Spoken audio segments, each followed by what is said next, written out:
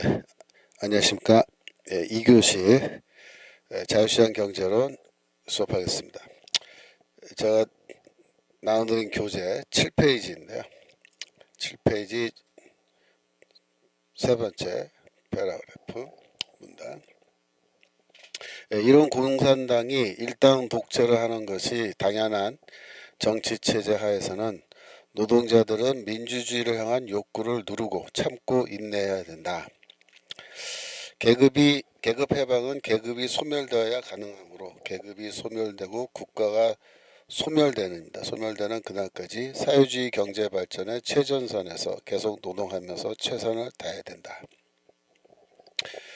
중국 같은 경우에 그 천안문 사태라 그러죠. 80년대. 천안문 사태가 왜 일어났죠?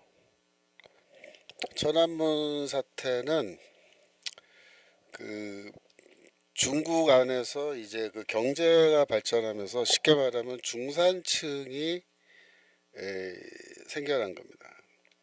중산층이 늘어나면서 그 사람들이 이제 먹고 살만하고 또 의식이 깬 거예요. 그래서 이 사람들이 뭘 요구하냐면은 그 중국도 민주주의를 확대해 달라. 그렇게 요구를 하고 나선 겁니다. 근데 물론 이제 천안문 사태의 발단은 그 당시에 그러니까 화국봉이라는 사람이 있었어요. 화국봉. 이 화국봉이라는 사람이 이제 그 한동안 이제 그 뭡니까 권력을 잡고 이렇게 했는데, 근데 이제 이 사람이 쉽게 말하면은 잠깐만요, 제가 확인 좀 하고요. 그래서 잠깐만요. 그래서 화국봉 원래 이제 그 화국봉과 자오츠양 조자양이죠. 자오츠양 두 사람이 이제 그 등소평의 후계자로 그렇게 됐는데, 이제 화국봉이가 죽었어요. 왜 죽었냐면은 화국봉이가 이 중국 그 인민들의 요구, 민주주의를 확대해 달라는 요구입니다. 예를 들면은 뭐 언론의 자유 이런 걸 요구한 거예요. 언론의 자유. 또 정치 활동의 자유 이런 거.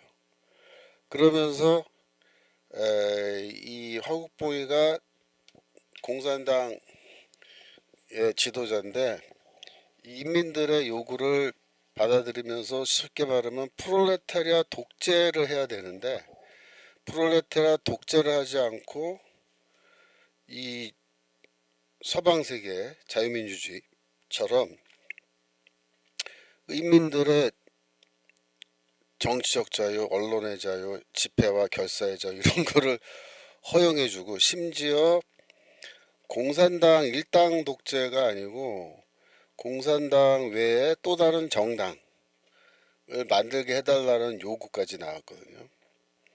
근데 그런 요구를 수용하려는 쪽으로 간 거예요, 화국봉이가. 그러니까 이제 공산당 내부에서 깜짝 놀란 거예요. 야, 화국봉이 저 자식 저런 식으로 하면은 우리 공산당 일당 독재 못하는 거 아니야? 그래갖고 화국봉이를 끌어내려요. 그래갖고서는 그 가택연금을 시킵니다. 그래서 중국 공산당이 이게 오래된 전통이에요, 가택연금이. 그러니까 지도자를 일단 끌어내린 다음에, 그런데 이제 구실은 뭐냐면 건강 악화야 항상. 그 우리 화국봉이가 건강이 안 좋아져서 지금 이 제대로 활동하기 힘든 상황이라서 자발적으로 이제 사표 내고 물러나게 하는 거예요. 근데 그렇게 안 하면 죽인다고 이제 협박질 하는 거죠. 그래갖고 할 수 없이 사표 내고 물러나면은 뉴스에는 그게 나온 거예요. 건강 악화로 인해서 집에서 요양한다. 병원도 아니에요. 집이에요, 집. 그 가택연금을 시켜놓고 두문불출, 밖에 못 나오게 해요. 그리고서는 24시간 감시하는 겁니다. 그 다음에 어떻게 되냐면 죽어요. 가택연금, 그러니까 집에서 요양하다가 죽는다고. 왜 죽겠어요? 암살하는 거예요, 암살. 죽여버려. 그래서 죽은 다음에는 뭐야? 건강이 결국 악화돼서 심장병으로 심장마비로 죽었습니다. 이렇게 발표하는 거예요. 화국보이가 죽었어요. 그래갖고 그 말을 중국 사람들이 안 믿는 거예요. 안 믿는 거예요. 왜? 중국 사람들도 이제 의식이 깨어난 사람들이 있으니까 이 사람들이 뭐라 생각하면 너희들 죽였구나 화국봉이를. 그래서 화국봉이가 장례식을 이제 치르는 날이 된 거야. 장례식. 화국봉 장례식을 치를 때에 그때 사람들이 몰려 나온 거예요. 왜? 우리들의 민주주의에 대한 요구를 화국봉이가 수용하려고 하다가 죽었잖아요. 살해당했잖아요. 그러니까는 그쪽 입장에서는 화국봉이가 억울하게 죽은 거고 우리 편인 거죠. 그 장례식 때 사람들이 몰려 나온 거예요. 그게 천안문 사태예요. 여러분이 천안문 사태 뭐 공산당이 뭐 탱크로 가자고서 다 사람들 막 깔아 뭉개고 밀고 군인들 와서 총을 쏴서 다 죽이고 막 그랬다는 건 아시죠?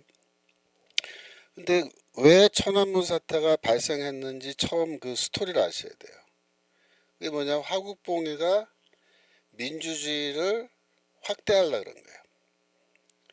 중국 인민들의 이 요구사항을 들은 거죠. 화국봉이 사진이나 한번 보여주세요. 뭐 아무 사진이나 화국봉. 이 사람이 화국봉이에요.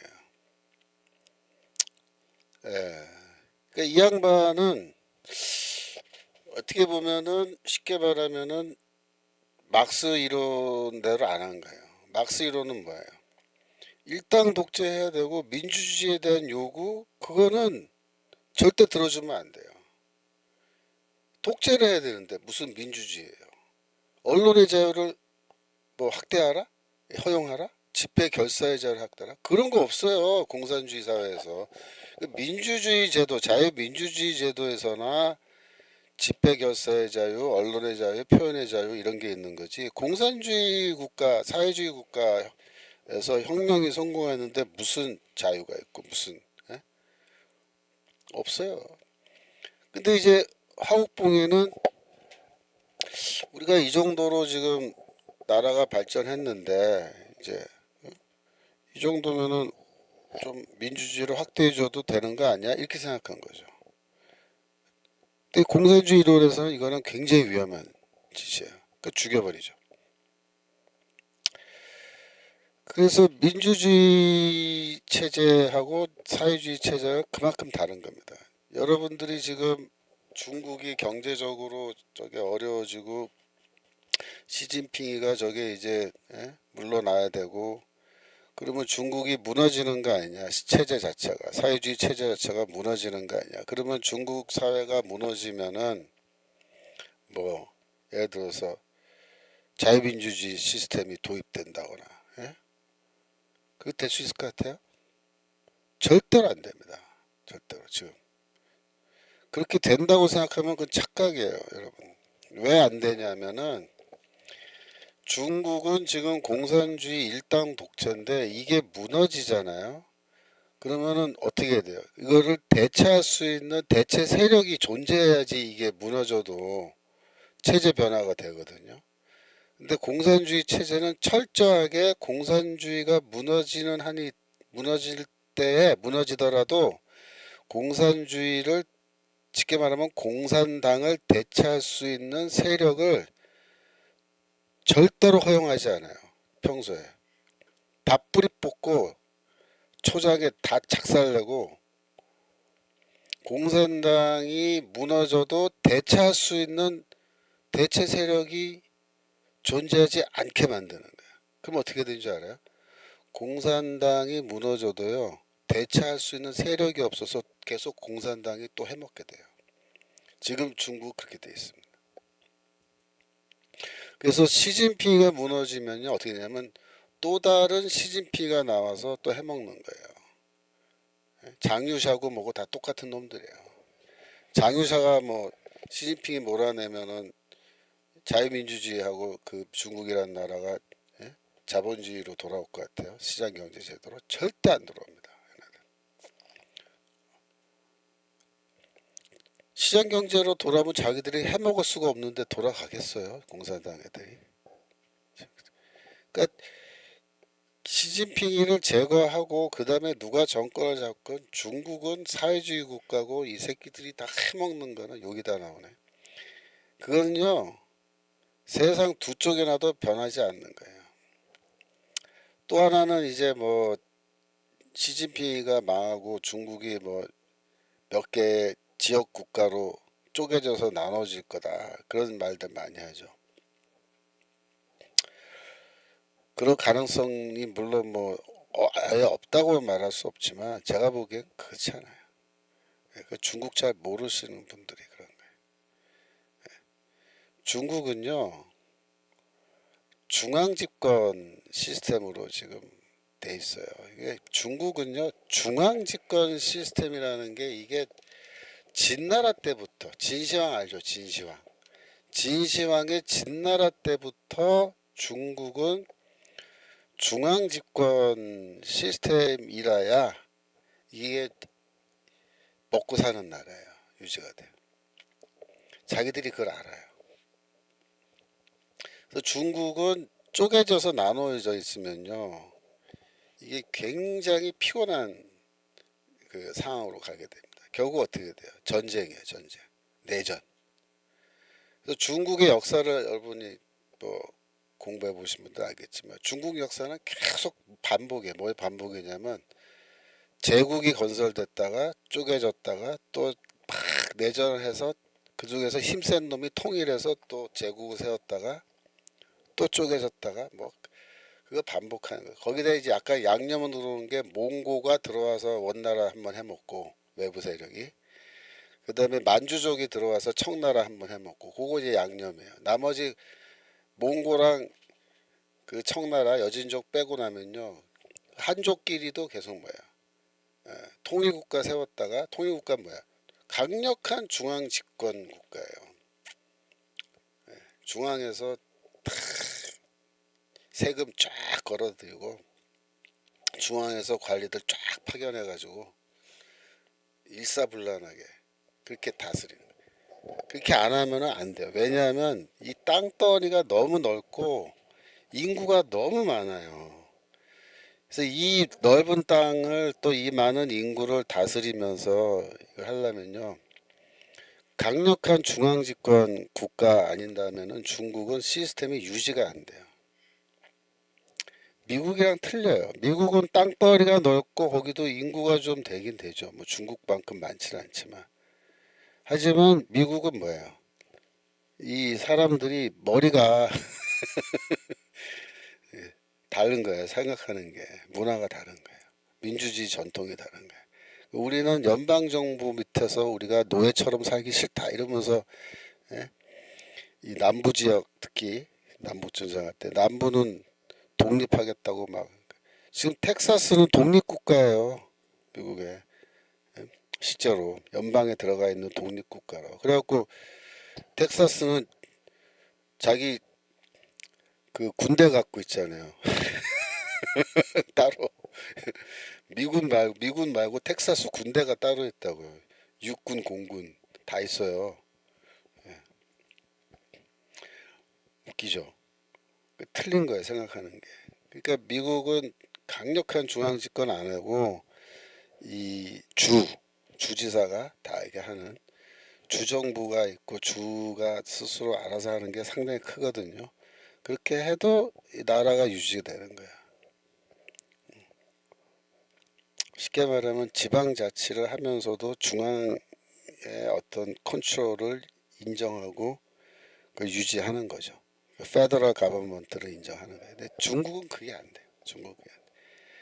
만약에 이거 지방으로 나눠주잖아요. 그러면 옛날 그러니까는 장개석 이가 해먹을 때처럼 그 군벌이라죠. 지방 군벌들.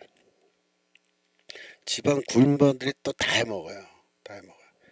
그래서 중국 사람들이 그걸 알아요. 그래서 이게 지방으로 쪼개놓으면은 거기서 또 군벌 같은 놈들이 나와서 다 헤쳐먹고 그냥 뭐 그냥 나라 이제 또 절단되는 거 아니까 얘네들이 쪼개지는 거는 그렇게 바람직하지 않다. 언젠가는 또 내전을 해갖고 싸워서 한 놈이 통일시켜야 되는데 그거는 더 이제 파괴적인 전쟁이 되죠.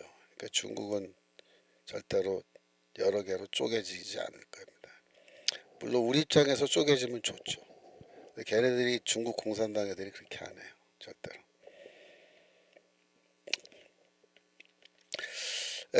그다음에 교재.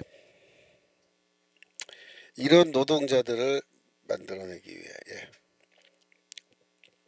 이런 노동자들을 만들어내기 위해 국가는 전면적인 이식 개조를 추구해야 된다. 반동 계급뿐만 아니라 노동자 계급의 의식도 개조하지 않으면 공산혁명의 투쟁에서 승리할 수 없다.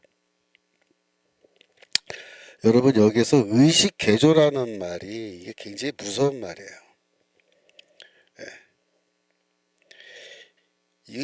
의식을 개조한다. 자, 인간이 있는데 내가 저 인간의 의식을 개조하겠다. 이렇게 하는 거예요. 근데 그게 이제 국가가 이 사람들의 의식을 개조하는 거예요. 국가 권력이. 이게 살벌한 겁니다. 무서운 거예요. 이게 지금. 그러니까 인간은 사상의 자유를 갖고 있다. 우리 이렇게 믿고 있잖아요. 그러니까 표현의 자유는 사상의 자유가 있기 때문에 표현의 자유가 필요한 거예요. 여기 100명의 사람이 있는데 100명이 다 똑같은 생각한다. 좀 무섭지 않으세요? 소름 끼치지 않으세요? 100명의 사람이 있으면 100명이 다 다른 생각, 조금씩은 다 다른 생각을 하면서도 공통 분모가 어느 정도 있어서 이 부분에서는 서로 동의한다. 그게 정상인 거예요. 그게 자유민주주의예요. 그게 자유민주주의. 인간은요, 어떤 존재냐면요, 사고하는 존재입니다. 인간이 생각을 한다는 거는 누가, 야, 너 생각해! 사고해! 이렇게 명령해서 사고를 해요? 아니에요. 인간은 스스로 본래적으로 태어나면서부터 사고를 하게 돼 있어. 생각을 한다는 거예요. 이성적 존재라는 거예요. 그래서 합리적 존재고 사고를 할 수 있어요. 사고란 건 뭐냐면 생각은 뭐냐면 아 이건 왜 이렇게 되는 거지?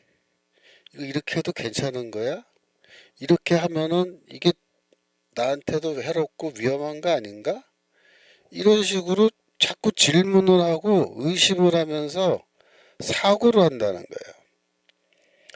이게 17, 18세기 유럽에서 소위 말하는 합리주의, 철학, 이성주의가 지배적인 그런 시절에 철학자들이 이제 얘기했는데 그때부터 뭐 인간이 사고를 시작한 게 아니에요. 사고하는 인간은 처음부터예요. 태초부터. 인간은 사고합니다. 인간의 본성입니다. 자, 그런데 그 인간에게 야, 너 그렇게 생각하지 마. 그렇게 생각하면 나 죽여버린다. 이렇게 생각해야 돼. 좋게 말할 때 이렇게 생각해. 이게 강요하는 거예요. 누가? 국가가. 그런데 이 사람이 국가가 요구한 대로 생각을 안 해요. 자꾸만. 그럼 어떻게 해요? 그래? 내가 너 이 의식을 개조해 주지. 아우지로 가. 아우지에 가서 한 10년 동안 탄광 가서 탄을 한번 캐봐. 그러면 생각이 좀 바뀔걸? 그런 거예요. 무섭지 않으세요? 예? 그러니까 노동교화소라 그래요. 노동교화소. 교화라는 말이 뭐야? 말이 좋죠. 교화. 가르쳐서 변화시킨다. 뭘 변화시켜? 생각. 인민들의 생각을 가르쳐서 교화해서 변화시키는데 어떻게 해요? 노동을 시킨 거예요. 강제 노동을. 중국이 문화혁명 때 이 노동 교환을 했습니다. 모택동이가 그 사인방이라 그러죠. 와이프 강청을 비롯한 사인방이 그러니까는 제가 각주 16번 보세요. 각주 16번. 각주 16번에 보면은 중국에서는 모택동이 1950년대 대약진 운동을 시작했는데 성급하게 집단 농장 체제로 전환했다. 그죠? 즉, 이 사회주의 단계에서는 정부가 책임을 지고 생산력을 높여야 된다 그랬잖아요. 근데 그게 이제 쭉 높아져서 자연스럽게 이 자동차의 변속기 있죠. 속도가 쭉 넘어가면 자동 변속기가 어떻게 돼요? 1단, 2단, 3단 이렇게 딱딱딱 변속해서 기아가 바뀌잖아요. 그런 식으로 생산력이 쭉 올라가면은 자동으로 이제 뭐예요? 이 경제 체제 양식이 생산 양식이 바뀌는 거예요. 원시 공산제에서 중세 봉건제로, 그다음에 자본제 사회로, 그다음에 사회주의 단계로, 그다음에 공산주의 단계로 척척척 기아가 바뀌듯이 이게 올라가는 거예요. 근데 이거를 속도가 지금 차가 속도가 느린데 이거를 1단으로 달려야 되는 차인데 지금 그거를 강제로 3단으로 끼우면 어떻게 돼요? 기아가 부러지겠죠. 예? 차가 무리가 간다 말이에요. 똑같은 거예요. 지금 농업 생산력 수준은 그냥 뭐 봉건 시대 수준으로 그렇게 생산력이 뒤틀어져 있는 나라인데 중국이 갑자기 이거를 예? 공산 단계, 사회주의 단계도 아니고 공산 단계, 집단 농장 체제 이걸로 전환해 버려요. 그럼 어떻게 돼요? 생산력이 더 떨어져. 그거 다 굶어 죽고 난리 나는 거예요. 그러니까 이게 굉장히 잘못된 정치고 급진적인 정책인데 당시에 국가 주석인 유석이가 이제 그 등소평과 비슷한 사람인데 이거 바로 잡으러 하니까 유석이는 어떻게 했냐면 비행기 타고 가는데 그 비행기를 격추시켜 버렸단 말이야. 유석이는. 그리고 발표는 뭐예요? 비행기 사고야, 비행기 사고. 미사일로 격추해 놓고도 그냥 비행기가 고장 나서 떨어져 죽었다는 거예요. 유석이도 그래서 죽었어요. 그래갖고 유석이 죽인 다음에 이 모택동이가 다시 정권을 잡기 위해서 사인방을 앞세워서 뭐라냐면 문화대혁명을 시작해요. 문화대혁명은 뭐냐면 지가 대약진 운동 실패해 놓은 거를 그걸 책임을 안 지고 이거를 이데올로기 전쟁을 해가지고 계속해서 정권을 유지하려고 한 겁니다. 그래서 이 문화혁명은 굉장히 악랄한 사상개조 운동인 거예요. 그래가지고 그 문화대혁명 기간에 첫 번째로 목사들, 중국교회 목사들은요 삼자교회를 포함해서입니다.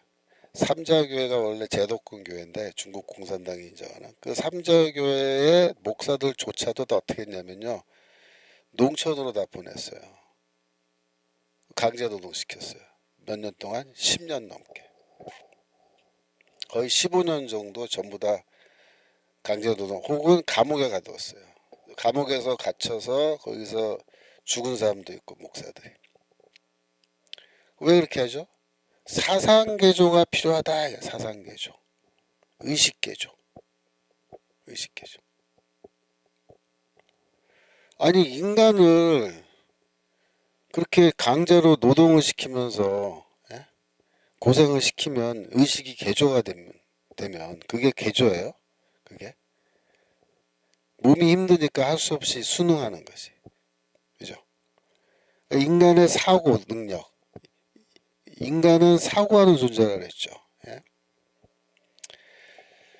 그래서 데카르트가 뭐라 그랬어요? 데카르트가 나는 의심한다 그랬습니다. 의심한다. 첫 번째가 나는 의심한다. 이거는 이래도 되는 거야? 이거 이렇게 되는 게 맞는 거야? 그 데카르트는요 회의주의라 그래요. 회의주의. 회의주의가 뭐냐면 의심하는 걸 말하는 거예요. 스캡터시즘이라고 그러죠 영어로. 회의주의는 의심하는 거예요. 그래서 신문에 뉴스에 뭐라고 기사가 났어요. 그러면 그거 다 믿어요? 바보들이나 그대로 믿는 거예요. 요즘 시대는요. 요새는 뭐 해야 돼? 의심해야 돼요. 이게 지금 맞는 말이야? 이 기사가? 그죠? 의심한다. 그게 정상적인 인간인 거예요. 사고하는 거. 데카르트가 나는 의심한다. 그래서 그 다음 뭐야? 나는 생각한다.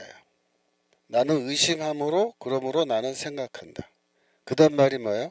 그러므로 나는 존재한다. 이렇게 말해요. 나는 의심한다. 그러므로 사고한다. 그러므로 나는 존재한다. 그게 무슨 말이냐면 인간은 사고하고 의심하고 생각하는 존재고 그것이 인간의 본질이란 거야. 본질.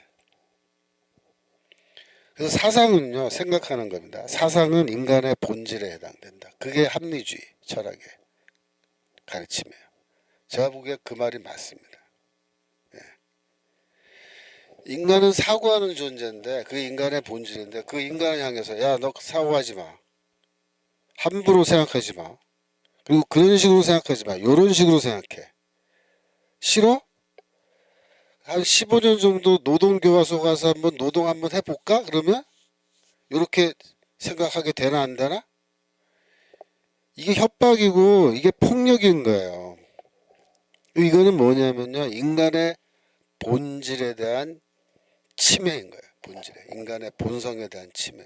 사상의 자유를 허용하지 않는 것. 그죠? 공산주의 체제는요. 사상의 자유, 다양한 사상 그런 거 없습니다. 다양한 사상 그런 거 없어요.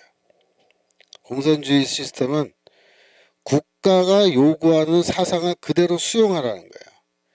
북한에서 주체 사상이라는 거를 그냥 우리는 주체 사상입니다, 여러분. 우리는 이게 지도 이념이에요. 아시겠죠? 그리고 끝나요? 아닙니다.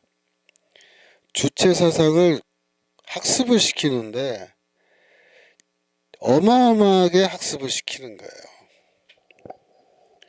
그러니까는 이 직장 안에 가면 직장 소조라 그러거든요. 직장에 가면요. 출근해서 1시간 동안 사상학습부터 합니다. 왜? 이 사회주의 시스템은 뭐 물건 만들고 생산하고 이게 중요한 게 아니란 거예요. 사상학습이 우선이에요. 사상학습을 하고 그 다음에 작업 들어가는 거예요. 북한 그렇게 해요.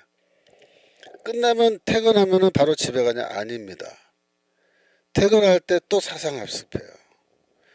그리고 과목들이 정해져 있어요. 그 다음에 공부하는 스타일이 틀려요. 어떨 때는 강연을 듣기도 하지만 어떨 때는 자기들끼리 토론도 하고요. 그 다음에 뭐 발표도 하고 막 이래요. 발표도 시키고. 그 다음에 상호 비판도 시켜요. 상호 비판. 여러분 또 자아 비판이라는 거 있죠. 자아 비판. 자기가 자기 스스로 잘못을 다 공개해야 돼요. 내가 이런 잘못을 저질렀습니다. 내가 이런 잘못된 생각을 했었습니다. 라고 공개적으로 무슨 카톨릭에서 고해성사 하듯이 그걸 하게 되는 순서가 있어요. 그리고 학습 노트를요, 그거를 다 기록을 해야 돼요. 그 학습 노트를 또 검사합니다. 그리고 이 직장은 직장대로 하고 학교는 학교대로 하고 군대는 군대대로 또 따로 해요. 그래갖고 이제 직장에서 하잖아. 그 다음에 집에 가면 또 거기 마을이 있잖아요. 마을, 동네. 자기가 사는 동네에 또 그런 학습 프로그램이 또 돌아가는 게 있어요. 그럼 직장에서 직장대로 교육받고 지역에 가면 지역에 가서 또 교육받아야 돼요. 그래서 동네별로 다 뭐가 있냐면요. 주체사상 학습을 하는 그 학습관이라 그럴까요? 예. 그런 시설들이 다 있어요. 동네마다. 예, 교본 다운받을 수 있습니다. 예, 지금 이거 다운받을 수 있어요. 그래서 마을마다 쉽게 말하면 강당 같은 게 다 있는 거예요. 강당. 마이크 연단이 있고 마이크가 있고 의자 쫙 있고. 그래서 거기서 또 교육받고 그래가지고 이게 아침 점 아침 저녁으로 교육 시간이 얼마냐 어느 정도 되느냐 이거를 계산해 보면 열 몇 시간이에요. 일주일에 열 몇 시간. 어마어마합니다. 예, 학습 양이. 그래서 이거를 요일별로 시간대별로 이렇게 쭉 그 주체사상 학습하는 거를 이제 우리가 만들어서 확인을 해봤거든요. 해봤더니 놀라운 점이 뭐냐면요. 우리 기독교인들 교회 신앙생활 하는 거랑 거의 맞먹어요. 여러분 열심히 있는 사람은 예를 들어서 주일날 주일 오전 예배 가죠. 그죠? 그다음에 저녁 예배나 오후 예배 드리죠. 그다음에 월요일 날부터 새벽기도 돌아가죠. 새벽기도 다 참석하고 수요 예배, 금요 집회 있죠. 그죠? 또 토요일 날 뭐 교회 뭐 특별한 프로그램 있으면 또 가서 뭐 하고 이런 식으로 이 교회 열심히 신앙생활 사람은 일주일에 이 교회에 와서 보내는 시간이 열 몇 시간 정도 돼요. 근데 이 주체사상 학습을 그렇게 시키는 거예요. 왜?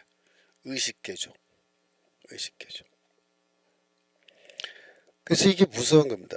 우리 운동권 학생들이 그러니까 지금 이제 그 5060 이 운동권 세력들이 과거에 이제 학교 대학생 시절에 학교에서 의식화 세미나 할 때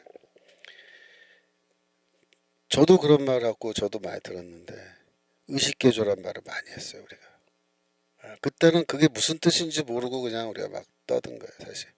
뭐라 했냐면 야, 사회주의 혁명 성공해서 사회주의 체제로 가면 이 인민들이 민중들이 이 사회주의 이념을 단박에 받아들이고 다 수용하고 쫓아와 줘야 되는데 그게 안 되면 이 저항하고 반동 분자가 되는 거죠. 쉽게 말하면 반혁명 분자가 돼서 도전해 오고 이렇게 해야 되는데 그러면 어떻게 하면 좋냐 이렇게 얘기하면 의식교조하면 되지.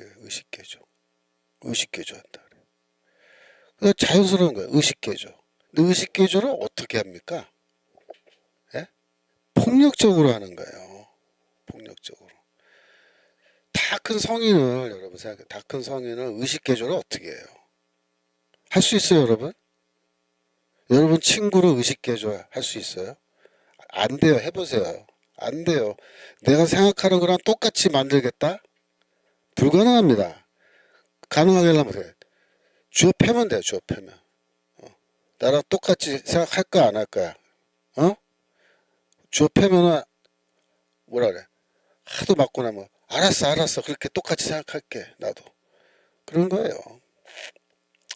이게 무서운 거거든요. 근데 이거를 뭐 대놓고 그냥 의식개조 하면 된다. 여러분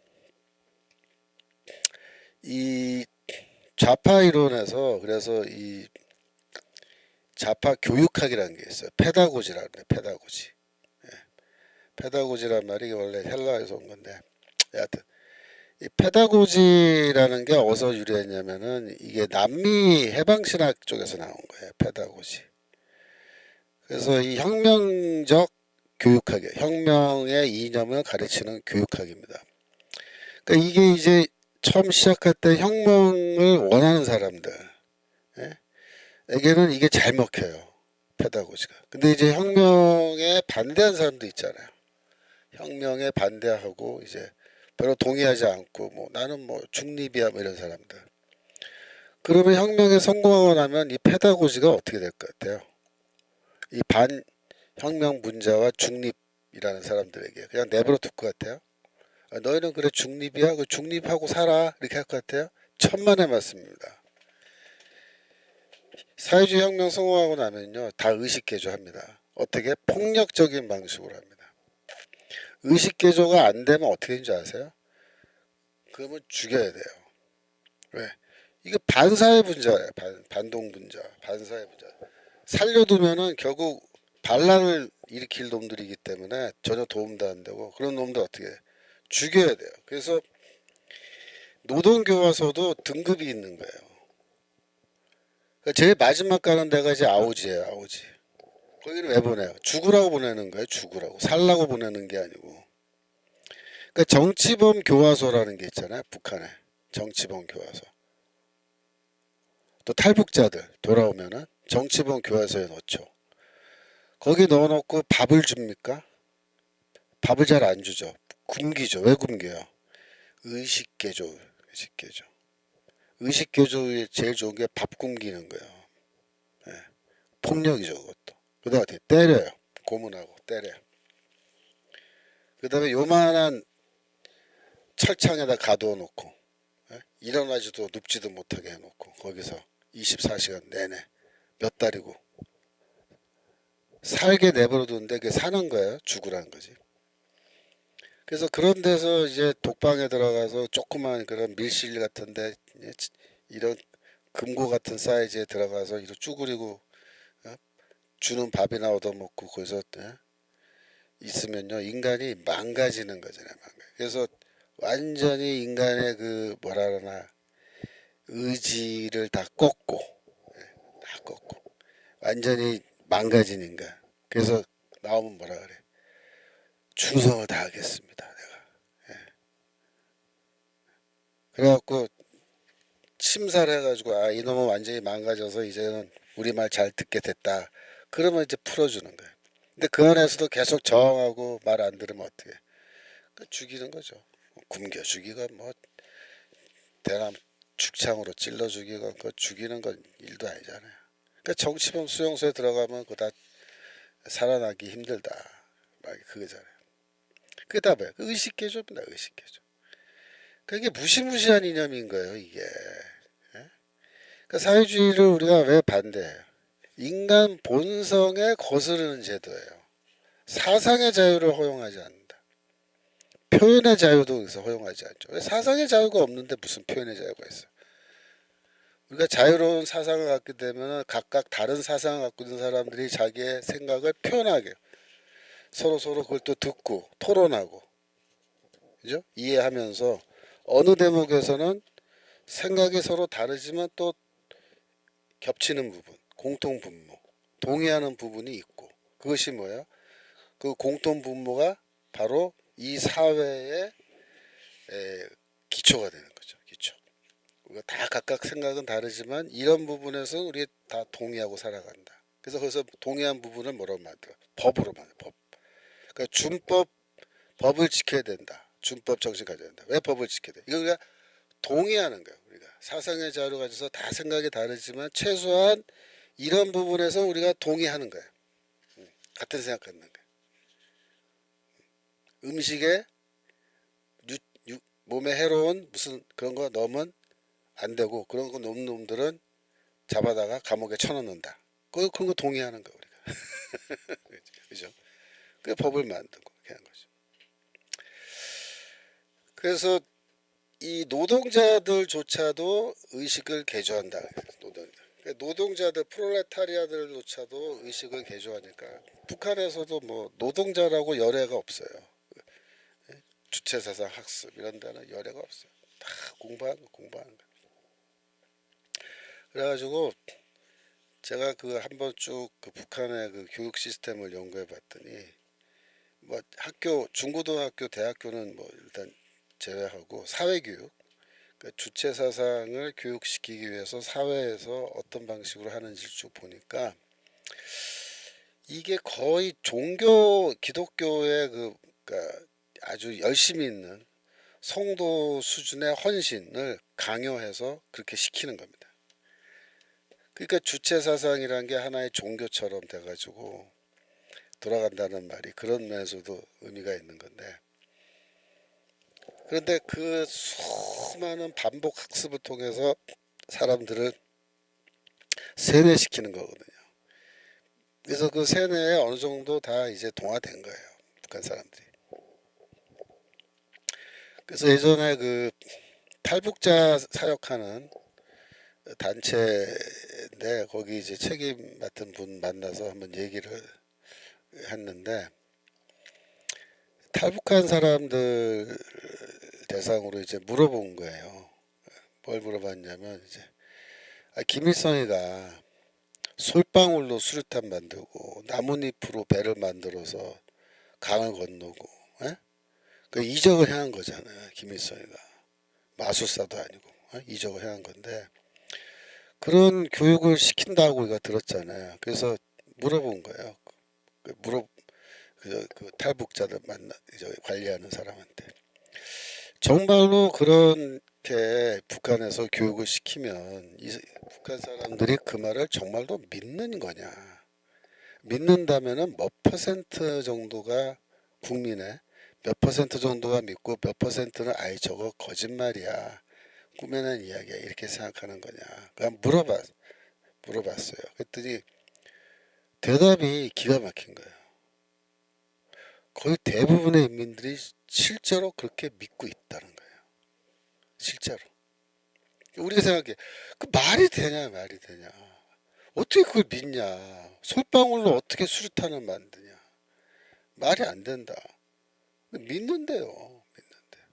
그러니까 또 기가 막힌 거죠. 그래서 우리가 그때 뭘 결론 내렸냐면, 그러면 통일이 되더라도 통일 이후에 시급하게 해야 되는 작업은 뭐냐면, 이 북한 사람들이 지금 그 주체 사상에 완전히 크게 체내돼 가지고 솔방울로 수류탄 만드는 말까지 정말 진실로 그 믿고 있다 그러는데, 이 사람들의 생각을 그러면 어떻게 바꿔놓을 거냐? 그것도 의식 개조는 의식 개조죠, 그죠? 근데 우리는 폭력적으로 의식 개조하지는 않아요. 우리는 뭐 노동 교과서에 넣어서 막 밥 굶겨가면서 생각 바꿔라 그렇게 못하잖아요. 우리는 어떻게 정말로 교육과 설득을 통해서 이 사람들의 생각을 바꿔놓아야 되는데, 이것도 어려운 작업인 거예요. 어떻게 그 사람들의 생각을 바꿀 거냐. 네? 그래서 이제 생각해낸 게 뭐냐면은, 이거 제 개인 의견인데 뭐냐면은, 통일이 되더라도 당분간은 거주 이전의 자유를 제한해야 된다. 만약에 통일됐는데 북한 주민들이 막 원하는 대로 이사 가서 막 살아도 된다 그렇게 하면요, 뭐 어마어마한 이동들이 일어날 거예요. 막 남쪽으로 올라오고. 그래서 그건 우리도 감당 못하고 당분간은 거주 이전의 자유를 허용하지 않고 지금 살고 있는 데서 그냥 사시라. 그러면서 식량 문제라든가 의료 서비스라든가 이런 거는 다 제공을 해주고, 그 다음에 이제 교육이 문제인데, 지금 현재 북한의 주체사상 교육의 그 시간표 있죠. 시간표는 그대로 유지한다. 제 생각이에요. 시간표를 바꾸지 말고 그대로 유지해서 그 스케줄로 계속 교육을 받게 하는데 내용을 바꾼다. 내용만. 그래서 심지어 그 각 마을마다 동네마다 있는 주체사상 그 교육을 위한 교육관 시설을 우리가 그대로 사용한다. 그대로 사용한다. 그러면 내용을 어떤 내용을 바꾸냐? 당연히 이제 그 자유민주주의 이 시민으로 만들기 위해서 이 자유민주주의가 뭐고 너희가 속은 게 뭐고 무엇이 옳고 그른지를 교육적으로 설명을 해주는 그런 교육 자료를 만드는데 책도 필요하고 비디오도 필요한 거죠. 지금으로 말하면 유튜브. 그 체계적으로 이거 교육시키는 교과서 내지는 교육 교재, 성인 교육입니다. 성인 교육 교재 만들고 그걸 동영상으로 화면으로 만드는 강의 자료 이런 거 다 만들고, 그래서 그 교육관에서 주체사상 교육관에서 그 교육을 시키는데 그걸 누가 책임지고 시켰느냐, 그게 이제 문제예요. 그게 이제 핵심인데, 저는 어떻게 생각하냐면은 남한에 있는 목사들이 올라가서 시켜야 된다. 그럽니다. 전국적으로 수만 개의 수만 개가 넘겠죠. 수십만 개의 그런 교육 시설들이 있어요. 동네마다 다 있으니까. 시골에도 다 있고 동네 있고. 그러니까 거기에 누가 가서 그러면 이 교육을 담당해서 가르칠 거냐. 물론 교육 교재나 이런 거는 우리가 중앙에서 다 보급을 해주겠지만, 그래서 거기 한 사람이 앉아서 교육을 주관해야 되거든요. 그래서 그 교육은 목사님이 가는데, 현재 우리나라는 이게 하나님의 어떤 섭리인지 축복인지 모르지만 각 신학교에서 목회자를 너무 많이 양성해가지고 지금 신학교 졸업생 중에 현직에 남아서 목회하는 분들보다 지금 택시 운전하고 지금 무직으로 있는 분들이 더 많아요, 사실은.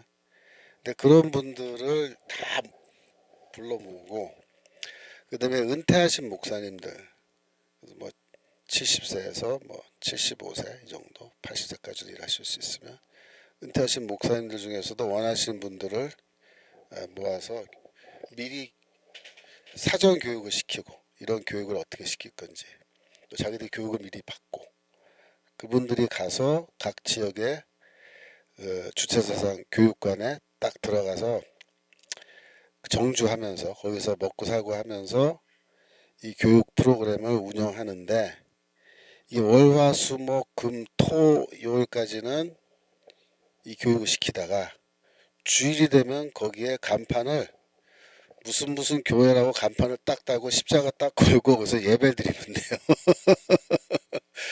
그러면 주중에 이게 교회 건물이기 때문에 교회 이제 십자가 붙여놓으면 주중에 거기 들락날락하면서 계속 교육 받잖아요. 교육 받다가 주일날 그러는 거예요. 오늘은 뭐 의무 교육은 아닌데 오늘은 우리가 예배라는 걸 드린다. 우리 기독교 예배를 드리는데 여기 오시면은 뭐 이런저런 거 혜택도 좀 드리겠습니다. 그러면 돼요. 그래가지고 이분들이 오면요, 그냥 예배 드리면 돼요. 그리고 교회 건물과 평소에 그 주체사상 교육관 건물이 동일한 건물이기 때문에 이게 문턱 넘어오는 게 쉬워요.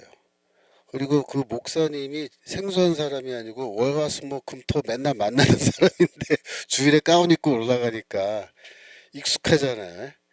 그러면서 성경 말씀을 쭉 이제 갖고 설교하다가 중간중간에 주중에 배운 거 그거 연결시켜서 설명도 좀 해주고, 그래서 전도하는 거예요. 예수 믿으라고. 그러면은 한꺼번에 북한에 수십만 개의 교회를 동시다발적으로 개척할 수가 있습니다. 우리가 북한 선교죠. 북한 선교. 북한에 뭐 선교사를 뭐 개교해서 보내고 이래가지고는 안 돼요. 그래서 저는 그렇게 하는 것이 정답이고 가장 효과적인 방식이고, 그걸 하려면은 만약에 북한 체제가 무너졌을 때 결국은 이 임시정부가 세워져야 되는데, 임시정부는 아마 유엔에서 미국을 중심으로 해서 유엔에서 임시정부를 세울 겁니다. 그래서 과거의 그 신탁 통치 비슷하게 한시적으로 북한을 다스리는 임시정부를 만들고, 그 기간이 지나면은 이제 자유투표해서 정부를 구성하게끔 그렇게 할 텐데, 그런 과정 속에서 우리 남한의 기독교가 미국이랑 이 대화가 돼야 돼요. 그래서 우리가 인도적인 구호 작업, 식량이라든가 의료라든가 또 뭐 여러 가지 구호 작업 이런 걸 하기 위해서 남한에서 은퇴한 전문 인력들, 발론티어들을 동원해서 북한에 가서 이렇게 우리가 도와주고 할 수 있는데, 조건이 뭐냐면은 이 의식을 바꾸기 위해서 정신교육을 굉장히 중요하고 필요한데, 이거를 우리 기독교 세력이, 남한의 기독교 세력이 이걸 할 수 있게끔 우리한테 이걸 맡겨달라. 우리 안에 목사들이 많고 목회자들이 올라가서 이분들이 평소에 마이크 잡고 강단에서 가르치는 걸 업으로 하던 사람들이기 때문에 가장 좋은 교사다. 더구나 목사들이 뭐 좌파 목사 물론 안 되겠지만 대부분 목사들은 다 생각이 사상이 건전하고 이런 자유시장 경제에 대한, 자유민주주의에 대한 기본적인 소양 교육 다 마쳤고, 우리가 교재도 갖고 있고 교육 자료도 풍부하다. 그래서 그 시설 부시지 말고 우리가 그대로 인수해서 사용하는데 그거를 교회로 우리가 전환할 거다. 그래서 북한 주민들 복음화사 전 국민의 복음화를 위해서 우리가 할 거다. 월화수목금토일은 교육하고 주일은 예배드리고. 그러면요 미국은요 좋아합니다. 미국은 그걸 이해를 해요. 교회, 복음 이게 얼마나 중요한지를 미국 사람들은 알기 때문에 우리가 그렇게 제안하면은 금방 이해하고 그렇게 하라 그럴 거예요. 우리 도와줄 거예요. 그래서 이런 식으로 해가지고 북한 선교를 앞으로 장기적으로 우리가 얼마든지 할 수 있어요. 그러니까 우리가 지금 이재명이 밑에서 지금 이렇게 있다 보니까 미래에 대한 우리 비전도 지금 점점 희미해져가고 이거 정말 이러다가 우리 끝장나는 거 아니야 이렇게 생각하는데 우리가 이럴 때일수록 우리가 하나님 안에서 주 안에서 꿈을 더 크게 꿔야 돼요. 그리고 우리가 미래를 준비하고 때가 됐을 때는 우리가 진짜 강력한 이런 힘을 발휘할 수 있도록 준비해야 됩니다.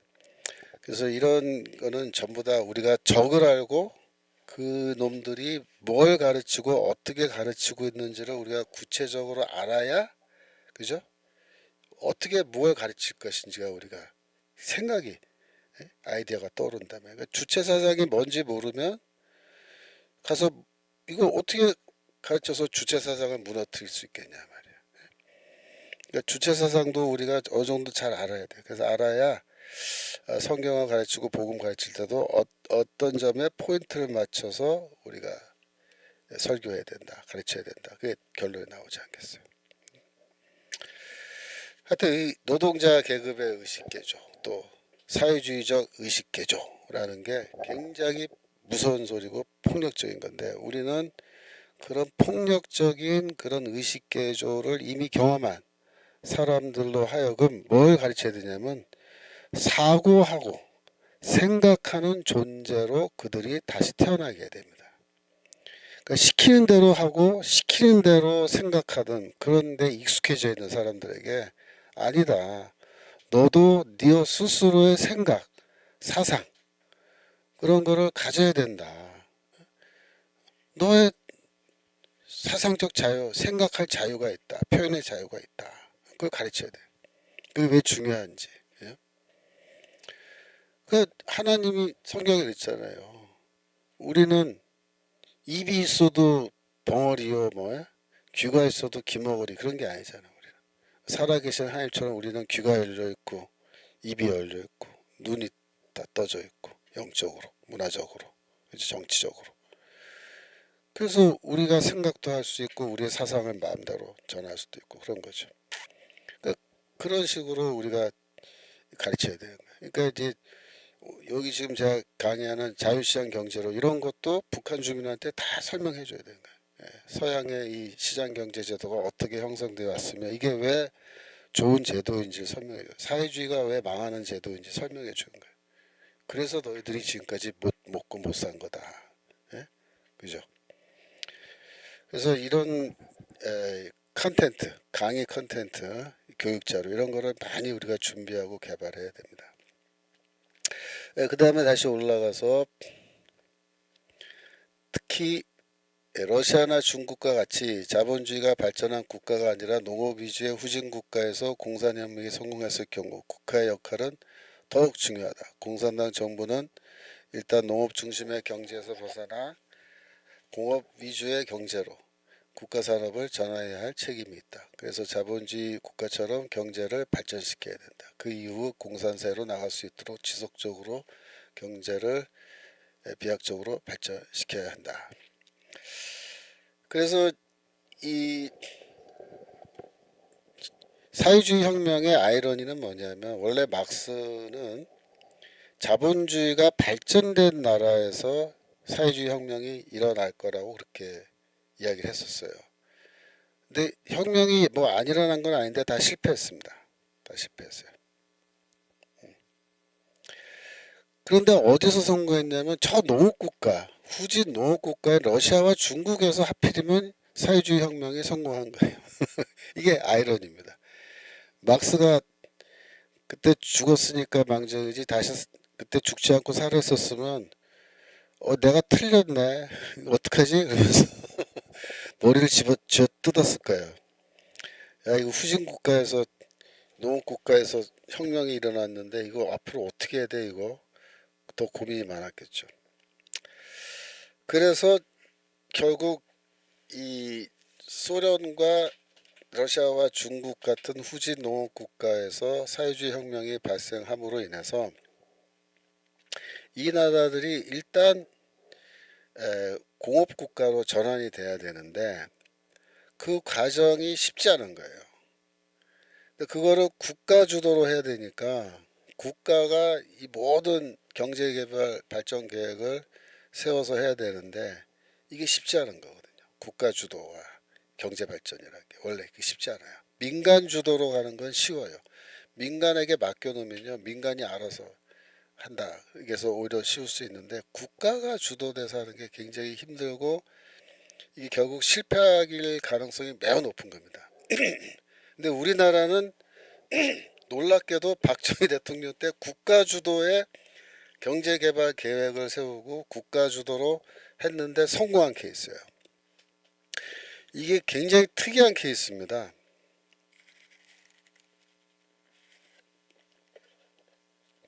그래서 대한민국의 경제 발전을 놓고 누가 제일 관심을 갖고 이거 연구했냐면요, 사회주의 국가에서 했어요. 사실은 모르시죠, 여러분?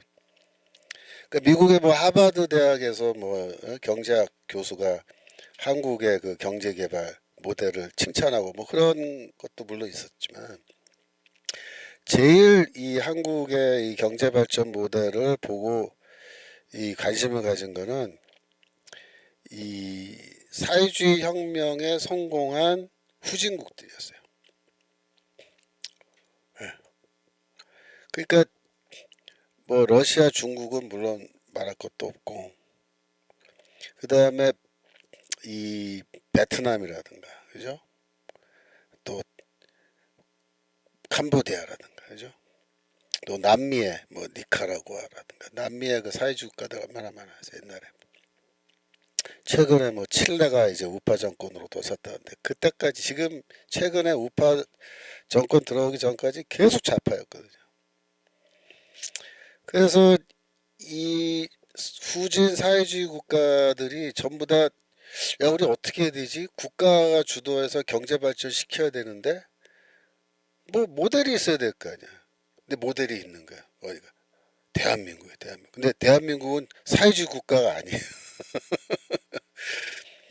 근데 박정희 대통령이 한 그 일은 사실은 사회주의 단계에서 국가가 해야 될 경제 발전 책임을 어떻게 하면 잘할 수 있는지 모델을 보여준 거예요. 그래서 예전에 종속이론이라는 게 있어요. 종속이론. 요즘은 종속이론이란 말 안 하는데, 종속이 뭐냐면 종속이론이 이제 제국주의, 그러니까 2차 대전 이후에 제국주의가 계속 지속되고 있고 미국을 비롯한 이 서양의 이 선진국들이 후진국들을 경제적으로 종속시켜서 영원히 경제 발전이 안 일어나게끔 그렇게 하면서 계속 피를 빨아먹고 있다라는 걸 주장하는 게 종속이론입니다. 저도 예전에 뭐 종속이론 공부하고도 했는데, 그 종속이론이 결국은 후진 사회주의 국가들이 그러면 종속에서 벗어났잖아요. 선진국의 그 제국주의 국가의 종속에서 벗어났잖아요. 그러면 이제 너 벗어났으니까 너희가 알아서 잘 해봐, 그러면 경제 발전 할 수 있어야 되잖아요. 근데 모델이 없어요. 그래갖고 종속 이론을 주장하는 학자들이 결국 어디에 관심을 갖냐면 대한민국에 관심 갖습니다. 왜? 이 국가 주도형 경제 발전 모델로는 최상의 모델인 거예요, 이게.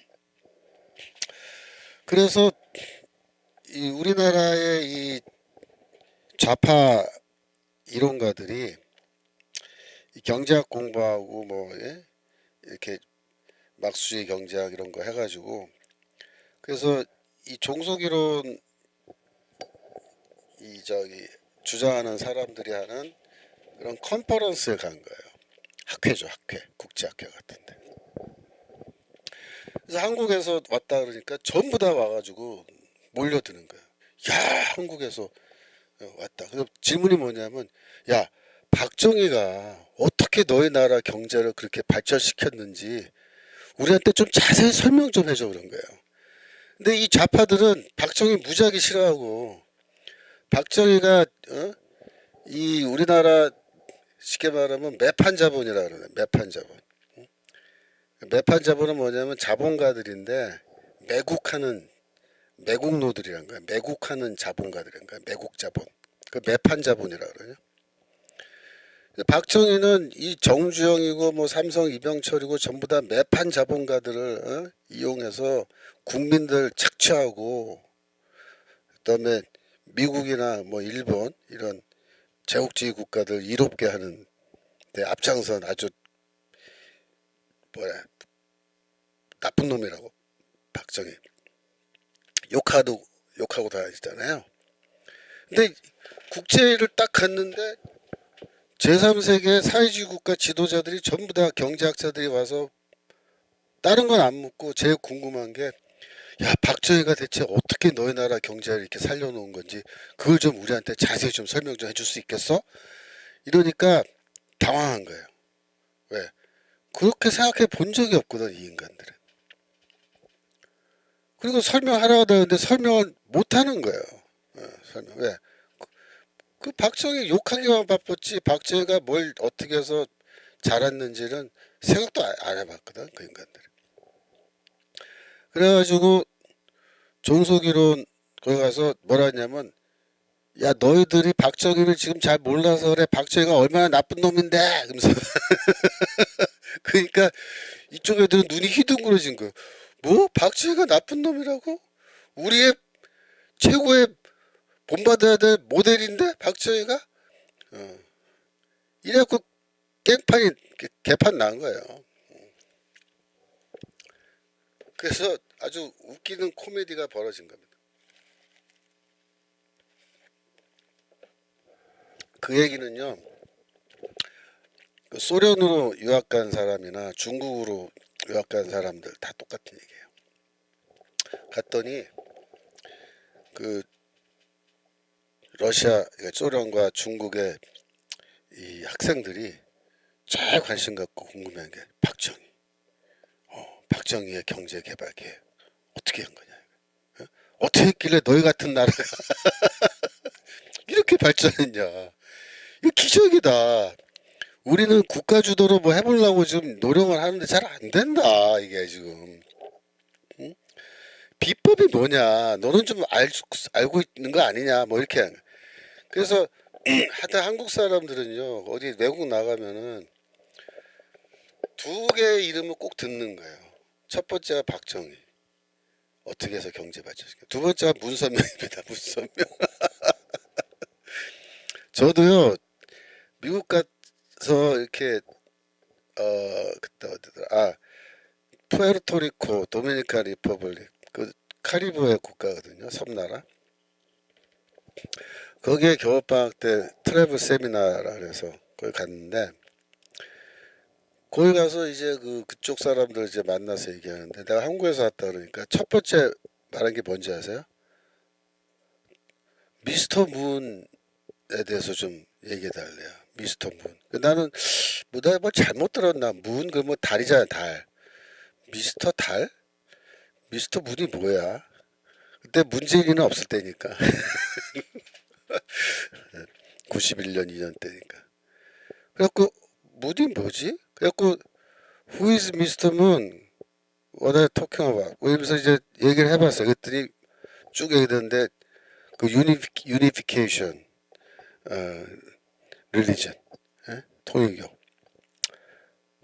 그 얘기더라고요. 그래서 놀랐어요. 야, 이 지구 반대편에 이 섬나라의 이 저기 인데 얘가 문선명이를 알더라고. 다른 건 몰라도. 한국에 대해서. 한국에서 왔다 그러면 곧바로 질문이 문선명. 그 정도로 통일교가 참 뭐랄까 영향력을 많이 끼치고 있습니다. 네. 그래서 이 국가 주도형이라는 게 사실은 이게 쉽지 않고 어려운 건데 박정희 대통령은 왜 성공했냐면 뭐 경제학자들 어느 사람은 우연히 그렇게 된 거다. 그러니까 시기적으로 그러니까 어떻게 하다 보니까 우연히 그러니까 뭐 아다리가 맞았다 뭐 그런 말 하잖아요. 일본 말이지만 아다리가 맞았다. 예. 그렇게 설명하는 사람도 있어요. 근데 저는 어떻게 생각하냐면 그게 아니고 박정희 대통령의 그 경제 개발 계획은 뭐 우리 어렸을 때 시험 볼 때 다 외우고 그랬거든요. 1차 계획, 2차 계획, 3차 계획 뭐 하고 뭐 이런 거 다 외우고 시험 보고 그랬는데 그런 게 중요한 게 아니고 제일 중요한 게 뭐냐면은 그 당시에는 대한민국에 자본이 없었어요. 자원도 없고 자본이 없어요. 쉽게 말하면 돈이 없었어요. 돈이 없는데 그 제한된 자원이죠. 돈으로. 이거를 뭘 하면은 돈을 벌 수 있겠냐. 제일 우리 수준에 맞는 사업이 뭐냐. 쉽게 말하면 가발부터 제가 가발. 웃기지만 제일 흔하게 왜 머리카락이에요. 머리카락. 돈 안 들고 머리카락 팔아요. 뭐 머리카락 사세요. 그러면서 사요. 그러면서 그 옛날에 머리카락 사는 사람들 동네마다 돌아다녔거든요. 여자분들 머리 길러서 그 잘라서 팔고 돈 받고 그랬어요. 저 어렸을 때. 그게 다 가발 만드는 공장 재료였는데 그 돈 안 들잖아요. 몇 푼 주고 머리카락 밥만 먹으면 자라는 게 머리카락인데 그 잘라서 가져다가 가발 만들어서 파는 거예요. 그 가발이 그 값이 비싸요. 왜냐하면 이게 노동 집약적 사업이에요. 머리카락 하나하나를 이렇게 꽂아서 심어서 만든다고요. 가발이란 게. 그러니까 얼마나 노동 집약적이고 그다음에 이걸 제일 많이 사간 사람이 누구냐면 흑인들입니다. 흑인들. 미국에서 가발을 누가 제일 많이 쓰냐면 흑인들이 제일 많이 써요. 흑인 여자들. 그래서 우리나라 사람들이 처음에 가발 만들어서 어디서 팔았냐면 흑인들이 사는 동네 가서 가발 파는 거예요. 제가 어떻게 하냐면 제가 세문안교회 유년부 전도사를 했거든요. 89년에서 90년대. 그때 제가 세문안교회 전도사 할 때 유년부 전도사입니다. 우리 유년부 교사가 한 명 있어서 남자분인데 그 대학도 나오고 그런 친구였어요. 집안도 아버지가 군인이었는데 하여튼 제대하시고. 근데 이 친구가 미국으로 온 거예요. 제가 신학교 졸업하고 이제 뉴욕에 가서 유니온 신학교 이런 데서 공부하는데 이 친구한테 연락이 온 거예요. 어떻게 제 전화번호를 알고서 만났죠. 그래서 여기 미국에 어떻게 왔냐 했더니 자기 여기 이민 오려고 미국으로 지금 왔다고. 그래서 뭐 하고 지내냐 했더니 가발 사업한대요. 근데 가발 사업하는 게 아니고 가발 그 사업하는 분 밑에서 일 배우고 있다. 무슨 일을 배우냐 했더니 가발을 이게 저기 공급해주고 팔고 대리점 같은 것들 팔고 거기서 수금해 오는 걸 한대요. 그 어디서 가발 수금해 오냐 했더니 전부 다 그 흑인들이 밀집해 사는 맨하탄 북쪽에 그 125번가 북쪽이 할렘이거든요. 할렘에서 수금을 해온대요. 근데 그래서 위험하지 않냐 그랬더니 자기 지금 와서 일한 지 1년 반가 됐는데 총이 여기 머리에 총이 딱 들어온 게 2번이래요. 가는데 수금하는 거 쫙 미행해서 따라오다가 수금 거의 끝날 쯤 되면요 권총이 딱 들어온대요. 흑인 애들이 복면 쓰고 3명이서 딱 돈 내놓으라 그런대요. 다 털린대요. 다 털린대요. 그래도 계속 수금한대요. 왜? 털려도 그게 거기 가면 계속 수금하면 그게 돈이 된대요. 가발 잘 팔린다는 얘기죠. 할렘에서. 그 가발을 이게 염색을 해갖고 파는 거예요. 흑인들 쓸 수 있게. 흑인들 여자들이 머리가 꼬불꼬불해서 이게 스트레이트 이 저기 머리가 안 나오거든요. 그러니까 걔네들은 직모형을 굉장히 부러워해요. 그러니까 한국 사람들이 아니라 직모잖아, 직모. 그러니까 한국 사람 가발을 좋아하는 거예요, 직모. 색깔도 자기들 원하는 색으로 해가지고. 그러니까 박정희 대통령 때 경제 개발을 하면서 제한된 자원을 항상 이 돈을 어디다가 투자하면은 단기간에 많은 달러를 벌 수 있겠다. 그래서 집어넣은 거예요. 그래서 달러 벌어들이면은 그 달러는 그 당시에 아무나 달러 환전 못하게 법으로 다 막아놔서 일반인들은 달러를 구경도 못합니다. 그래서 국가가 다 달러 관리하는 거예요. 그래서 그 돈 가지고 그 다음 사업, 그 다음 사업 이렇게 해서 단계적으로 올라온 거예요. 그 다음에 한 게 뭐냐면 봉제 공장이에요. 봉제 공장. 그래서 한때는 이 대한민국의 산동네에 있는 모든 그 동네 아줌마들이 다 집에서 인형 만들던 시절이 있었어요. 저도 그거 직접 봤어요. 아줌마들 이렇게 아침 먹고 나면요 동네에 누구네 집에 모여요. 모여가지고 전부 다 하루 종일 그 수다 떨면서 뭐 하냐면 입으로는 수다 떨면서 손으로 뭐야 이거 인형 눈알 다는 거야. 인형 눈알 곰인형 눈 코 이런 거 입, 예? 그거 다는 거 그거 하는 거.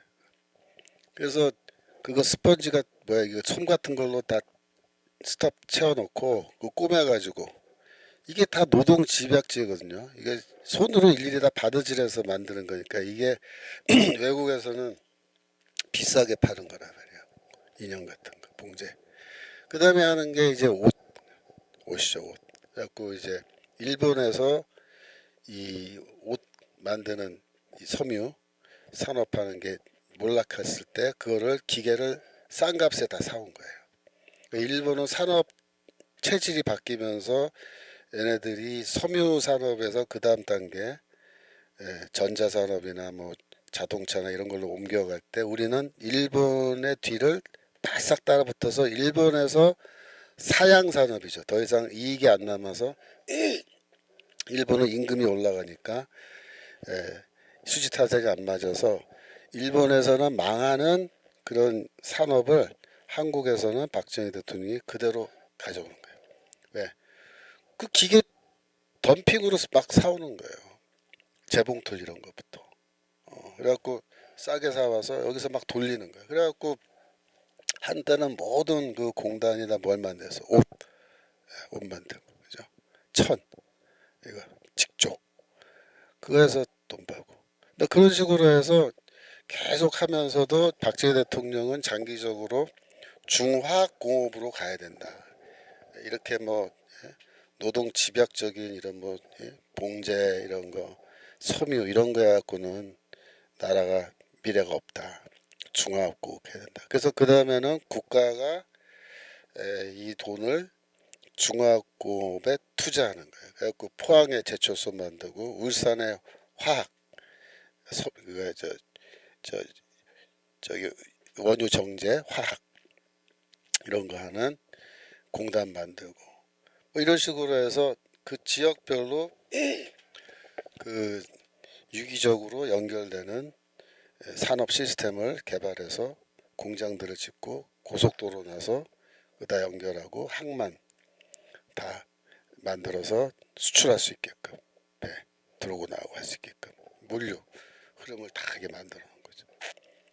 그렇게 해서 우리나라가 한 단계 한 단계 올라서 지금은 뭐 자동차, 조선, 그죠? 건축은 말할 것도 없고 건설, 그다음에 이제 전자산업까지 통신 이런 거 다 지금 올라온 거 아닙니까? 그러니까 이 기초를 잘 넣은 거예요, 박정희 대통령이. 그래서 그거 하면서 본인은 절대로 부정부패 안 하고 자기 이 측근에 있는 사람들 절대 부정부패 못하게 하고 그건 뭐 철저했습니다.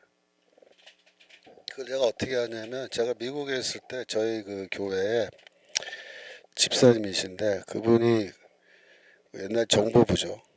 안기부 정보부에서 올해 해군 장교로 시작해서 박정희 5.16 때 참여하고, 그래서 해군 장교로서 정보 계통에서 일하면서 한때는 박정희 대통령에게 청와대에 매일 아침 9시에 정보 보고를 수년 동안 드린 분이에요. 그래서 이분이 담당하는 분야가 여러 가지였는데, 그 가족, 직계 가족도 하고, 그다음에 이 고위직 감찰을 했어요. 그래서 장군들은 별을 달면 다 정보부에서 감찰했습니다. 장관, 차관 뭐 이거 다. 그다음에 이 저기 공무원들, 고위공무, 국장급들. 그다음에 하여튼 이런 그 권력을 갖고 있는 사람들은 정보부 계통에서 다 감찰하는데 뭘 감찰하냐면 부정부패입니다. 어느 회사나 이런 사람한테 돈 받고 뇌물 받고 뭐 어떤 은행에 압력 넣어서 대출해주게 하거나 뭐 이런 거 이거 절대 못해. 그래가지고 정보원들이 감시하는 거예요. 감시. 그래갖고 그분이 뭐라 그러냐면 저한테 직접 한 얘기예요. 어제 누가 누구를 만나서 어디 음식점에서 몇 시간 동안 만나서 밥을 먹고 술을 먹었습니다. 그게 보고서로 올라가야 된대요. 그게. 근데 거기에 뭐가 들어가야 되냐면 무슨 말을 했는지가 들어가야 된대요. 거기 안에. 기가 막히죠. 그것까지 다 파악해서 보고가 올라가야 돼요. 그 농담으로 하는 말인데 이 만약에 접대가 있었는데 성접대를 했으면은 그 성접대라는 여자가 있었으면은 그 여자의 속옷 색깔이 뭔지까지 적어내야 된대요. 정말로 그런지 농담인지 모르겠는데 저한테 그러더라. 그거 그렇게까지 자세하게 보고서 안 쓰면은 난리가 난대요. 박정희 대통령이 집어 던진대요. 막 이따위를 보고서 하냐. 더 파악해서 갖고 오라고 막. 그래갖고 측근들하고 가족은요 절대 권력을 남용하지 못하게 한 겁니다. 박정희 대통령. 그래서 만약에 이제 보고서에 그 내용이 들어가잖아요. 그러면요 그 자리에서 바로 전화한대요. 전화해서 자네 어제 몇 시경에 누구랑 만났지? 이러고 딱 물어본대요. 그 다음에 뭐라냐면 네 만났습니다. 그러면 나한테 할 말 없어? 그런다. 그때 자백해야 된대요. 잘못했습니다. 하면서 제가 얼마 받았습니다. 네 뭐라고 고백하면 봐준대요. 근데 그거 안 하고 고백 안 하고 잘못했다 말하면 그 자리에서 뭐가지 날라버린대요. 그러니까 무서워서 못 만나는 거예요. 전화가 와도 못 만나요. 아 바빠서 못 만납니다. 그게 그 자리에서 오래 살아남는 길이라는 거예요. 그렇게 만들어놨대요. 그러니까 본인이 청렴 결백한 거 말할 것도 없고 그런 식으로 했기 때문에 국가 권력의 부패를 막. 근데 중국 공산당은요 화국봉 아까 얘기했지만 화국봉이가 80년대 그 저기 민의를 받아들여서 민주주의를 확대하겠다 그랬을 때 그때 했었어야 돼요. 그때 하고 했으면요 어떤 효과가 있냐면 경제 분야에서도 민주화가 일어납니다. 그게 경제 분야에도. 그래서 관주도의 공산당 주도의 경제 발전이 아니고 관 주도가 아니고 민간 주도로 넘어가는 거예요. 그러면 진짜 시장 경제가 되는 거예요. 그러면 중국이 지금보다 훨씬 더 건강한 나라가 되고 훨씬 더 많이 발전했을 거예요. 박정희 대통령은 자기가 죽기 전에 관주도의 경제 개발에서 민간 주도의 경제 발전으로 방향을 선회시켜 놓고 죽으셨어요. 그게 중요한 거예요. 그래서 그 마지막 경제팀, 그러니까 박정희 대통령이 죽기 전에 만들어 놓은 그 마지막 경제팀이 뭐냐면은 민간 주도로 이거를 국가 경제 체제를 전환하는 걸 책임지고 이제 달성한 사람들이 그 사람들 책무였어요. 박정희 대통령 이제부터는 더 이상 정부 주도로 하면 안 된다. 그러니까 정부가 뭘 이걸 한다 저거 한다 이게 아니고 이제 민간에서 알아서 쉽게 말하면 시장경제제도 안에서 스스로 알아서 뭘 만들지, 어디에 투자할지 그거를 스스로 판단해서 하게끔 해도 지금은 충분히 잘할 수 있고 더 잘 될 거다. 그거를 바꿔놓다가 죽으신 거예요. 바꿔놓다. 그래서 결국 전두환 대통령 때 박정희 대통령이 바꿔놓으려고 했던 대부분의 경제 전환이 일어난 겁니다. 그래서 전두환 대통령은 나는 경제 몰라. 너희가 경제 대통령이야. 그러면서 그 보좌관들 또 이 저기 경제 관료들한테 다 맡겼다 그러는데 그게 그 얘기예요. 관주도를 하면 안 된다는 거를 전두환 대통령도 아는 거예요. 이제는 박정희 대통령은 관주도를 하는 거 절대 안 되고 이제 민간 주도로 넘긴다고 했고 그거 하다가 죽은 거예요. 그러니까 나도 그 뜻을 받들어서 나도 관주도가 아니고 민간 주도로 간다. 그걸 어떻게 표현했냐면 너희가 경제 대통령이야. 나는 경제 몰라. 너희가 알아서 잘해. 그게 뭐야? 그 민간 주도로 간다는 거예요. 민간 주도로. 그래서 성공한 겁니다. 중국은 화국봉 때에 그걸 했었어야 되는데